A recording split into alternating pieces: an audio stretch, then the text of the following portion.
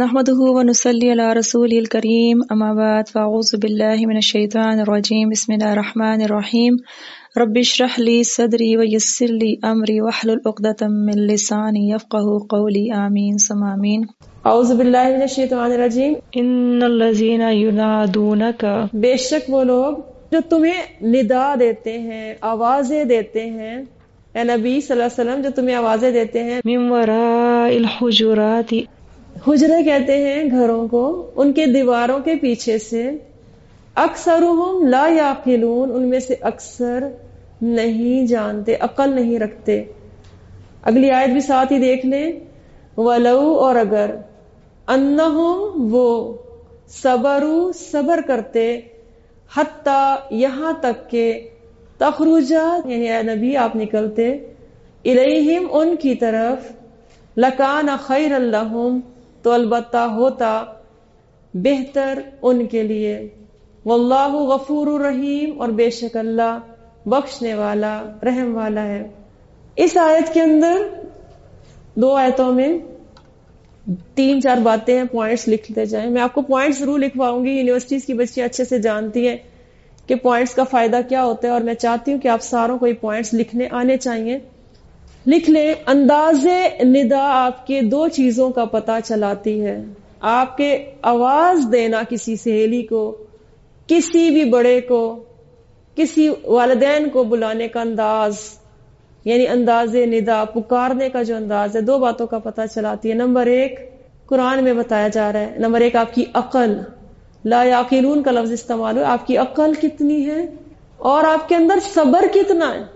انسان کی لائف کے اندر اگر یہ 2 چیزیں عقل اور صبر ہو تو بندے کا انداز ندا ہی اور ہوتا ہے، اور اگر یہ نہ ہو تو فرق ہو جاتا ہے۔ تو کیسے فرق ہوتا ہے یہاں بتایا جا رہا ہے کہ اگر وہ تمہارے لیے اتنی عجیب طریقے سے آوازیں دیتے ہیں، تمہارے حجرے کے باہر بدو آتے تھے، اب بدو آ کے حجرے کے باہر جو جہاں پہ اللہ کے نبی آرام کرتے تھے، سارا دن کے تھکے ہوئے مسائل سننا، معاملات طے کرنا، جہاد کے قافلے روانہ کرنا، لوگوں کے سارے دعوتی کام کرنا، اس کے بعد وہ گھر جاتے تھے، 9 گھر تھے ان کے، انہیں حجرے کہا جاتا تھا، اور یہ مسجد نبوی کے اندر ہی بنے ہوئے تھے۔ ریاض الجنہ جو گئے ہوئے ہیں انہوں نے دیکھا ہوگا وہاں پہ حجرہ ہے حضرت عائشہ کا، جس کے اندر قبریں ہیں، نبی صلی اللہ علیہ وآلہ وسلم کی قبر موجود ہے، چھوٹا سا گھر ہوتا تھا، 9 حجرے، چھوٹے چھوٹے حجرے ہوا کرتے تھے، اور مسجد نبی اس ٹائم پہ بہت چھوٹی ہوتی تھی، اب تو برسی کر دی، اب تو جتنی بڑی مسجد نبی ہے اتنا تو پورا شہر مدینہ ہوتا تھا۔ تو وہ جو حجرے تھے وہ اتنے زیادہ سمپل سے چھوٹے سے تھے، دروازہ نہیں ہوتا تھا، پردے لٹکتے تھے، دروازے کے بغیر تھے، اور ان حجروں کے باہر بدو آ کے ان کو کہتے تھے، اللہ کے نبی کو جب آرام نہیں کرنے دیتے تھے، اونچا اونچا پکارتے تھے کہ ہماری بات سنو۔ پکارنے کا انداز ایسا ہوتا تھا کہ بس ابھی سنو، ہم تو بڑی دور سے آئے ہیں، حالانکہ اللہ کے نبی بھی سارے مسائل نمٹا کے تھوڑی دیر گھر جاتے تھے۔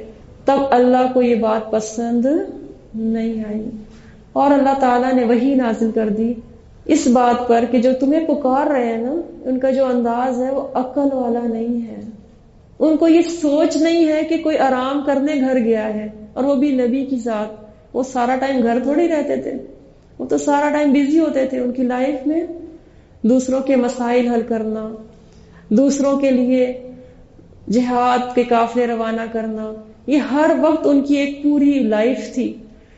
تو گھر میں تو کسی لیے جاتے تھے آرام کرنے، اگر آرام کر رہے ہیں اور وہاں سے پیچھے سے کوئی اس طریقے سے انداز سے آواز دے، اور بدو عمومی طور پہ آواز دیتے تھے، یا محمد یا محمد، اونچی اونچی، حالانکہ قرآن مجید میں اللہ تعالیٰ نے نبی کو کبھی یا محمد نہیں کہا، باقی نبیوں کا نام لیا، آدم علیہ السلام کا نام لیا، لیکن نبی کا نام نہیں لیا، کہا یا ایھا النبی، یا ایھا الرسول، بڑی رسپیکٹ سے بلایا، نام کے ساتھ نہیں بلایا۔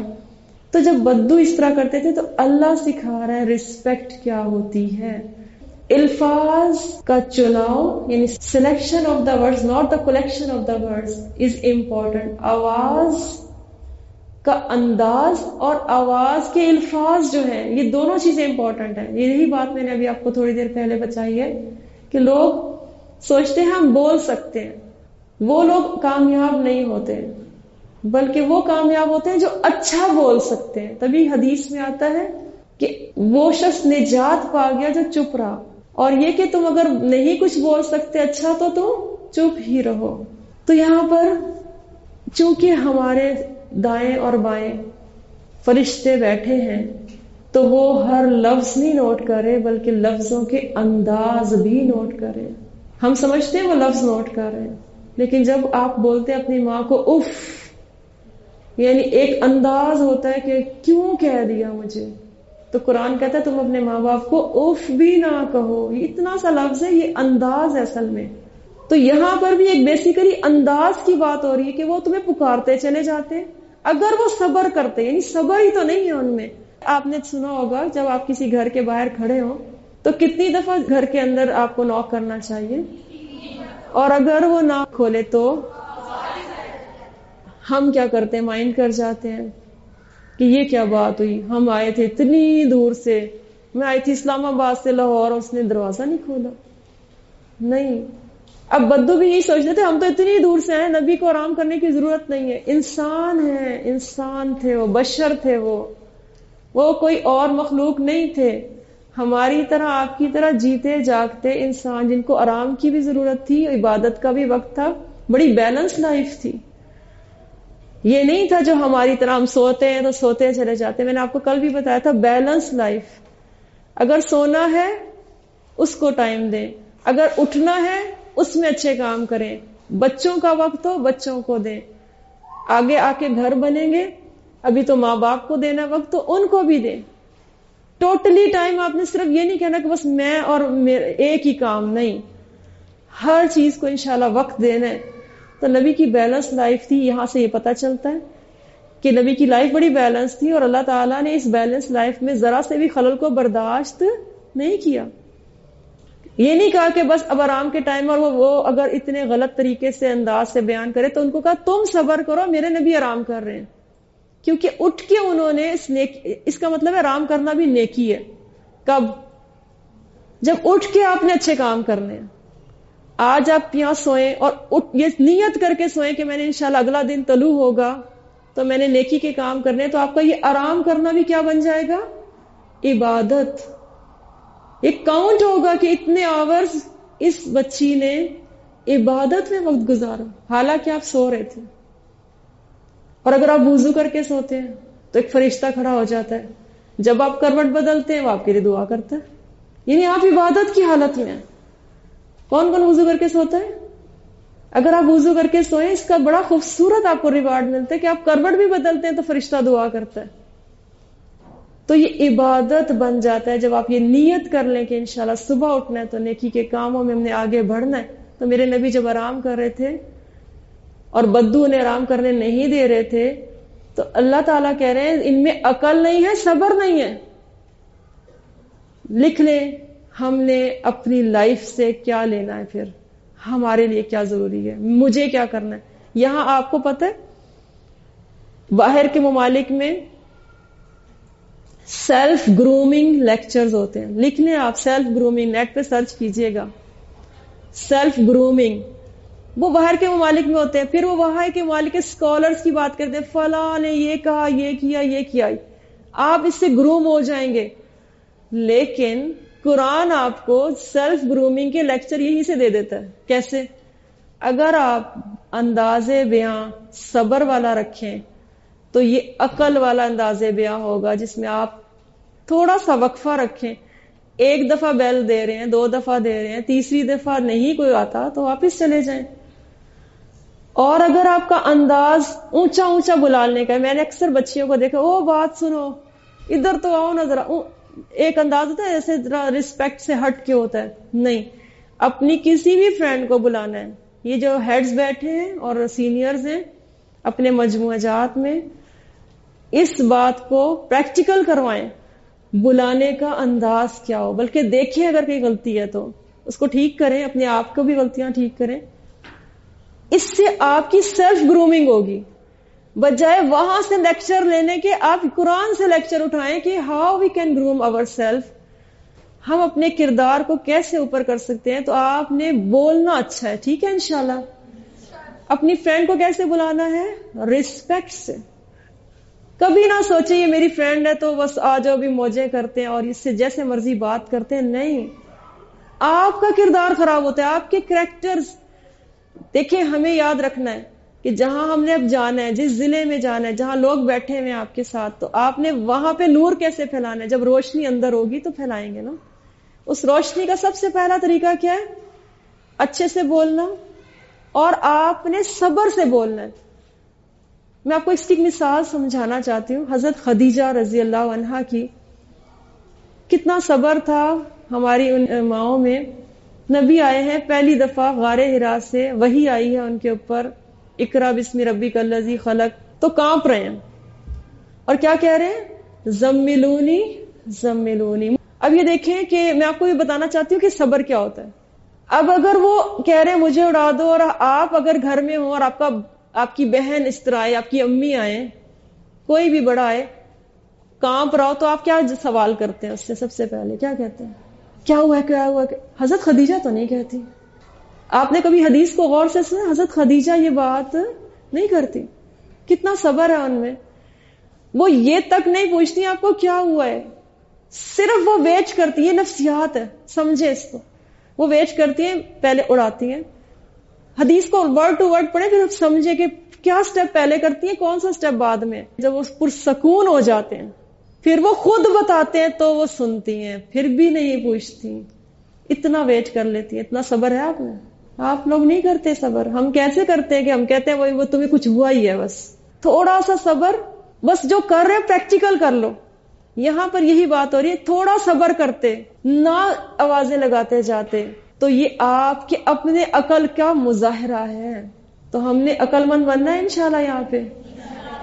اور کبھی بھی ہم نے اپنے رویوں سے یہ ظاہر نہیں کرنا کہ کردار میں روشنی نہیں ہے. دیکھیں مجھے آپ کی پریکٹیکل ورک اس لیے زیادہ چاہیے کہ یہاں سے جائیں تو کوئی پوچھے آپ سے آپ کدھر سے پڑھے تھے. ابھی تو آپ پہلے اونچا اونچا بولتے تھے، اب تو آپ نہیں بولتے. تو آپ بتائیں کہ ہم نے قرآن پڑھا ہے، اس کی روشنی ہے. تو یہاں پر آپ کا رسپانس بہت اچھا ہونا چاہیے. آپ کے اندر وزڈم ہونی چاہیے، رسپیکٹ ہونی چاہیے. یہ آپ کی سیلف گرومنگ ہے. اس کا اپوزٹ کیا ہے؟ بے ادبی، گستاخی، کرخت لہجہ. اپوزٹ یہی ہے نا، کرخت لہجہ. لہجہ بعض اوقات اندر سے کاٹ دیتا ہے، حالانکہ بولا وہی ہوتا ہے، لیکن اونچی شاؤٹنگ والی آواز اور انداز. یہ جو بعض بچے ایسے کر کے بلاتی ہیں، ایسے ادھر آؤ نا، یہ تکبر والا انداز نہیں بولنا. ایسے کر کے بلائیں، آپ آئیں. مطلب بتانے کا یہ ہے کہ آپ نے رسپیکٹ والے جملوں کو اپنے معاشرے میں عام کرنا ہے. اور اس کا مظاہرہ میں آپ کو بتا دیتی ہوں، حرم میں بہت اچھا ہوتا ہے. حرم کون کون گیا ہے؟ حرم میں کوئی گیا ہے جی؟ اور آپ تو آئی سعودی عرب سے ماشاءاللہ جی. کوئی آپ کو پتا ہوگا وہاں پہ کتنے علاقوں کے لوگ آتے ہیں، ملائیشیا کے، ادھر ادھر. سب سے زیادہ ہمبل کون ہے؟ ملائیشیا. مسلمانوں کی بات، چائنیز کو چھوڑیں، وہ کیا کہہ رہے ہیں؟ ہاں جی، مسلمانوں میں سب سے زیادہ کون ہے؟ Malaysian Peoples. ان کو آپ کبھی دیکھیں، اگر ایک جگہ بھی لینی ہے نا انہوں نے تو بڑے اس سے لیتے ہیں، رسپیکٹ دیتے ہیں دوسرے کو. پھر گزرنا بھی ہو تو وہ پوچھتے ہیں. اور پاکستانی کیا کرتے ہیں وہاں پہ؟ دھڑلنے سے پہلے کہتے ہیں یہی میری جگہ، یہاں سے اٹھنا ہی نہیں ہے. اور یہ حقیقت ہے. وہاں پہ پاکستانیوں کی ریپیوٹ اتنی اچھی نہیں بنتی. لیکن آپ کو پتا ہونا چاہیے کہ یہ ہمارے معاشرے کے اندر یہ انداز ہے جس کو ہم نے انشاءاللہ چینج کرنا ہے. یہ رسپیکٹ والا انداز، حالانکہ وہ السلام علیکم ہی کہتے ہیں، انہیں اور تو زبان آتی نہیں ہماری. ان کے انداز اتنے اچھے ہیں کہ پتا چلتا ہے انہوں نے جو بات کیا نا، یہ ہر بندے کے منہ سے آ رہی ہوتی ہے. جب وہ وہاں سے نکلتا ہے نا، وہاں پہ حرم سے، ملائیشینز، واہ ملائیشینز. اور پاکستانی، اوہ وہ تو کپڑے بھی صحیح نہیں پہن رہے ہوتے. یہ حالات ہیں کہ گاؤنز بھی باریک، کپڑے بھی باریک، کپڑے دوپٹے بس اتر رہے ہوں گے، لیکن انہیں بوسہ ضرور دینا ہے. انداز. اور یہ پورے پاکستان کے اندر انداز بن جاتا ہے. آپ یہاں کو تو نہیں فیل کرتے ہوں گے، لیکن جب باہر جائیں گے تو آپ کو یہ فیلنگ آئے گی کہ ہمارے انداز کیا ہے. تو ہم نے انشاءاللہ اس کو امپروو کرنا ہے. انشاءاللہ کریں گے. تو آج آپ نے جو سیکھا اس میں ایک بات میں اور ایڈ کرنا چاہتی ہوں حجرات کے حوالے سے. ہمارے گھر کیسے ہیں اور اللہ کے نبی کے گھر کیسے تھے. تو ہمیں اندازہ ہوتا ہے کہ ہم جس لائف میں رہ رہے ہیں وہ گھر بہت لگژری ہے، پھر بھی ہم کہتے ہیں ہمارے گھر اچھے نہیں، بنگلے ہونے چاہیے، ایکڑوں پہ بنگلے ہوں، کنالوں پہ ہوں. شادی کرتے ہیں تو گھر دیکھتے ہیں گھر میں رہنے کی کتنی جگہ ہے. اگر اللہ کے نبی نے 9-11 شادیاں کی تو گھر دیکھنے والی ہوتی نا خواتین، تو گھر نہ بنتے. ان کے گھر میں اتنی تھوڑی جگہ ہوتی تھی کہ حضرت عائشہ رضی اللہ عنہا کہتی ہیں کہ جب میں آرام کرتی تھی، نبی کی جانماز ہوتی تھی اور پاؤں آ رہے ہوتے تھے، بتاتے تھے کہ میں نے سجدہ کرنا ہے، تو وہ پاؤں اٹھاتی تھی تو سجدے کی جگہ بنتی تھی. کین یو امیجن کہ کتنی جگہ ہوگی؟ اور وہ اس پہ خوش تھیں، ان کے گھروں کے اندر سکون تھا. تو گھر دیواروں سے زیادہ اور ایکڑ کے رقبوں سے زیادہ کس سے بنتے ہیں بتائیں؟ سکون سے. جن گھروں کے اندر اللہ کا ذکر ہو وہ گھر اللہ کو پسند ہے. تو اللہ کے نبی کے گھروں کے اندر اللہ کا ذکر بلند ہوتا، اللہ کے نبی کی قرآن کی باتیں سنائی جاتی. دنیا میں گھر نہیں بنائے، دنیا میں مسافروں کی طرح رہے، کوئی لگژری لائف نہیں ہے. ہاں آج میں آپ کو لے کے جا کے 4 گھر وزٹ کراؤں نا، اور ان گھر میں سے ایک گھر میں لگژری بیڈ رومز، صوفے، واش رومز بھی بڑے زبردست، سب کچھ زبردست، گیراج، گاڑی کھڑی ہو، تو آپ کہیں گے یہ سب سے اچھا گھر ہے.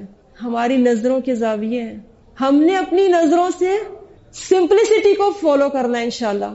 آج اپنی نظر کی اینک چینج کر لیں، جو اینک ہوتی ہے نا، اس کو چینج کر کے جانا ہے. کیسے؟ کہ ہم نے، ہمارے انالیسز نے، ہمارے دماغ نے یہ سوچنا ہے کہ میرے نبی کا گھر کتنا سمپل تھا، اور ہم نے اسی کو انشاءاللہ فالو کرنا ہے انشاءاللہ. دیکھیں پہلے نبی کے جو گھر ہوتے تھے اتنے سمپل ہوتے تھے. آج وہ اگر ہم دیکھنا چاہیں ایک کمرے کا گھر جس کے اندر ڈرائنگ روم بھی نہیں ہے، کچھ بھی نہیں ہے، اور آج ایسا کوئی کہے گا تو انتہائی غریب ہے یہ تو بیچارہ. آپ کہیں گے نہیں کچھ تو ہو. تو میں یہ کہنا چاہتی ہوں کہ اسٹینڈرڈ وہ رکھیں. پھر اگر آپ کو 2 کمرے کا بھی گھر ملتا ہے تو آپ کو اچھا لگے گا، لیکن ایکڑوں کا گھر آپ کو کاٹ کھانے کو دوڑے گا. جب میں پنجاب یونیورسٹی میں رہتی تھی، میرے والد صاحب وہاں پڑھاتے تھے، بہت بڑا گھر ہمیں یونیورسٹی کی طرف سے ملا ہوا تھا، اور میں آنسوؤں سے اس بات پہ روتی تھی کہ ہر کمرے کا حساب ہونا ہے. تو میرا کام کیا ہوتا تھا؟ پوری یونیورسٹی کے اندر میں جاتی، لوگوں کو درس کی دعوت دیتی، اپنے گھر میں تراویاں کراتی. اور جب نے اس گھر کو چھوڑا الحمدللہ تو لاسٹ ٹائم وہاں پہ تراویاں بھی آغاز ہو چکے تھے. وہاں پہ افطاریاں والدین میرے بہت اس چیز میں تھے، پورا ڈرائنگ روم میں افطاری کے لیے انتظام کرنا. جتنا بڑی جگہ ہوگی اتنا بڑا اس کا حق بھی ہے. سمجھ آ رہی ہے بات کی کہ نہیں؟ جتنی بڑی جگہ اتنی بڑی اس کا حق بھی ادا کرنا ہے. تو آپ زندگی میں بہت بڑے گھروں پہ نہ جائیں، بلکہ کس پہ جائیں؟ نبی کے حجروں کو ذہن میں رکھ کر اس کے مطابق اپنے زندگی بسر کرنی ہے انشاءاللہ. اللہ ہمارا حامی و ناصر. والسلام علیکم ورحمۃ اللہ وبرکاتہ.